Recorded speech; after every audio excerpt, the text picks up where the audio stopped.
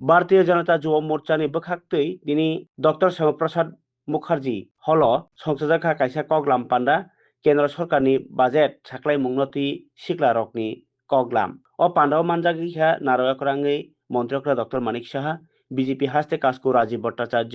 তাই হাস্তে যুব মোর্চানি কাজকো সুশান্ত দেবদখবই জুদা জুদা আদং রক আমাদের এই বছরের বাজেট আমরা সবাই বসেছিলাম যখন আমাদেরকে বলা হয়েছে ডিসিপ্লিনের বিষয়টা যেটা বললেন এখানে আমি অন্যভাবে আমি বলছি আমরা কিন্তু এই বাজেট যখন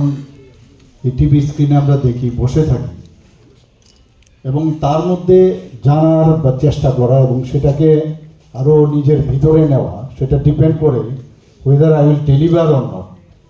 মানে এখান থেকে নিয়ে যদি বলা হয় যে তোমার কিন্তু কিছু বলতে হবে তবেই কিন্তু আমরা প্রতিনিয়ত ইভেন হাতে কলম নিয়ে বসে থাকি যে আমার প্রতিটা বিষয় আজকে কি বলছে কারণ আমার বলতে হবে কাউকে গিয়ে বলতে হবে সেই দায়িত্ব বোধটা যখন আসে তখন কিন্তু আরও ফোকাস হওয়া যায় এবং আমার মনে হয় আগামী দিন ওই দিনটা আসবে এখানে প্রতিটি কার্যকর্তা তাদের ওই দিশায় কিন্তু কাজ করতে হবে ঠিক আছে শুনলাম নিউজ পেপারে আমরা দেখলাম নিউজ পেপারে আমরা তো নিশ্চয়ই দেখবো কিন্তু তার আগে যখন স্ক্রিনগুলোর মধ্যে আমরা দেখি প্রায় 1 ঘন্টা 25 মিনিট আমাদের মাননীয় বিত্তমন্ত্রী অর্থাৎ কেন্দ্রীয় মন্ত্রী ফিনান্স মিনিস্টার সীতারামনজি প্রথম মহিলা যিনি ফিনান্স মিনিস্টার হয়েছেন উনি এবার 2026-এও পরপর 9 বার উনি কেন্দ্রীয় বাজেট পেশ করছিলেন মানে আমরা কিন্তু দেখছিলাম সেই বিষয়গুলো এবং যতগুলো বাজেটের যা যা আমার পূর্ববর্তী বক্তারা বলেছেন সেগুলো কিন্তু মাননীয় প্রধানমন্ত্রীর যে চিন্তাধারা যে বিকশিত ভারত 2047 তাকে সামনে রেখেই কিন্তু তার প্রতিফলন আমরা দেখতে পেয়েছি এখানে আলাদা করে সমস্ত বিষয়গুলো এখানে রাখা হয়েছে আমি আর ওই দিকে আর যাচ্ছি না তবু আমি কয়েকটা চেষ্টা করবো এখানে বলার আমরা জানি যে এবং দিনটা দেখুন আমি দেখছিলাম যখন টিভি স্ক্রিন দেখাচ্ছেন মাঘী পূর্ণিমা 1 ফেব্রুয়ারি মাঘী পূর্ণিমা ছিল এত সুন্দর দিনে এরকমভাবে একটা বাজেট পেশ করা এবং এই যে বাজেট এবার যে কেন্দ্রীয় budget union budget that was 80 বারের মতো বাজেট সেখানে পেশ করা হয়েছে এবং আমরা জানি যে আগে কিন্তু রেলওয়ে বাজেট আলাদাভাবে হতো তারপর সাধারণ বাজেট আলাদা হতো মাননীয় প্রধানমন্ত্রী যে আসার পর সেটাকে কিন্তু অ্যামালগামেট করছে মানে 2017-এর পর 14-তে উনি আসলেন প্রধানমন্ত্রী হিসাবে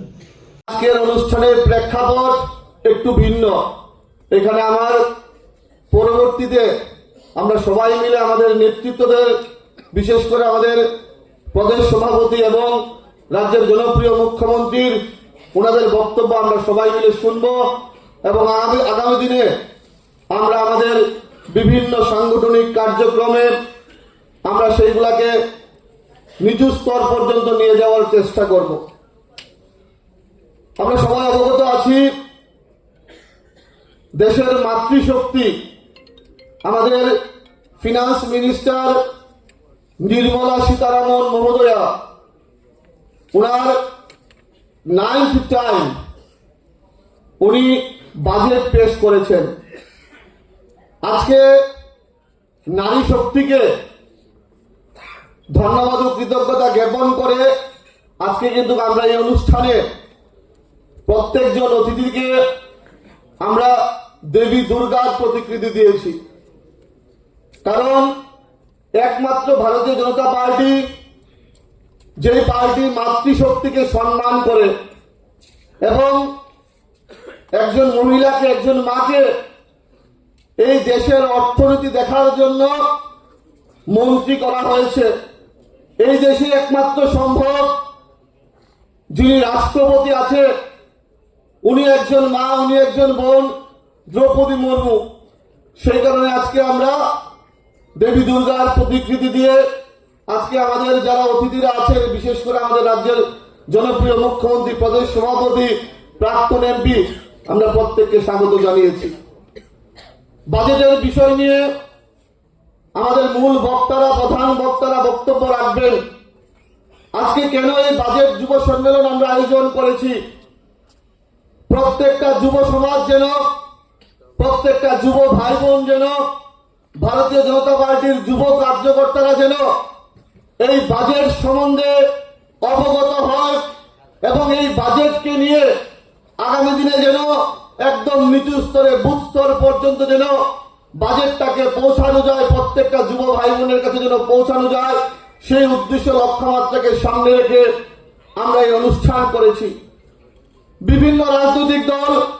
বাজেটকে নিয়ে কটাক্ষ করার চেষ্টা করছে। আমি যে বিধানসভার বিধায়ক, বিশালগড় বিধানসভায় কিছুদিন আগে প্রাক্তন মুখ্যমন্ত্রী মানিক সরকার গিয়ে বলেছেন এই বাজেট নাকি কর্পোরেটরদের বাজেট। আসলে উনাকে শ্রদ্ধা করি, উনি বয়স অনেক বড় আমাদের থেকে। উনার বোঝা দরকার, উনার দলের নেতৃত্বদের বোঝা দরকার আমরা শুধু বিরোধিতার জন্য বিরোধিতা করব না। এই বাজেট যুবাদের বাজেট, এই বাজেট মায়েদের বাজেট, এই বাজেট কৃষকদের বাজেট, এই বাজেট এই দেশের প্রত্যেকটা অংশের সাধারণ জনগণের বাজেট। এই বাজেটে যেরকম কৃষকদের প্রাধান্য দেওয়া হয়েছে, এই বাজেটে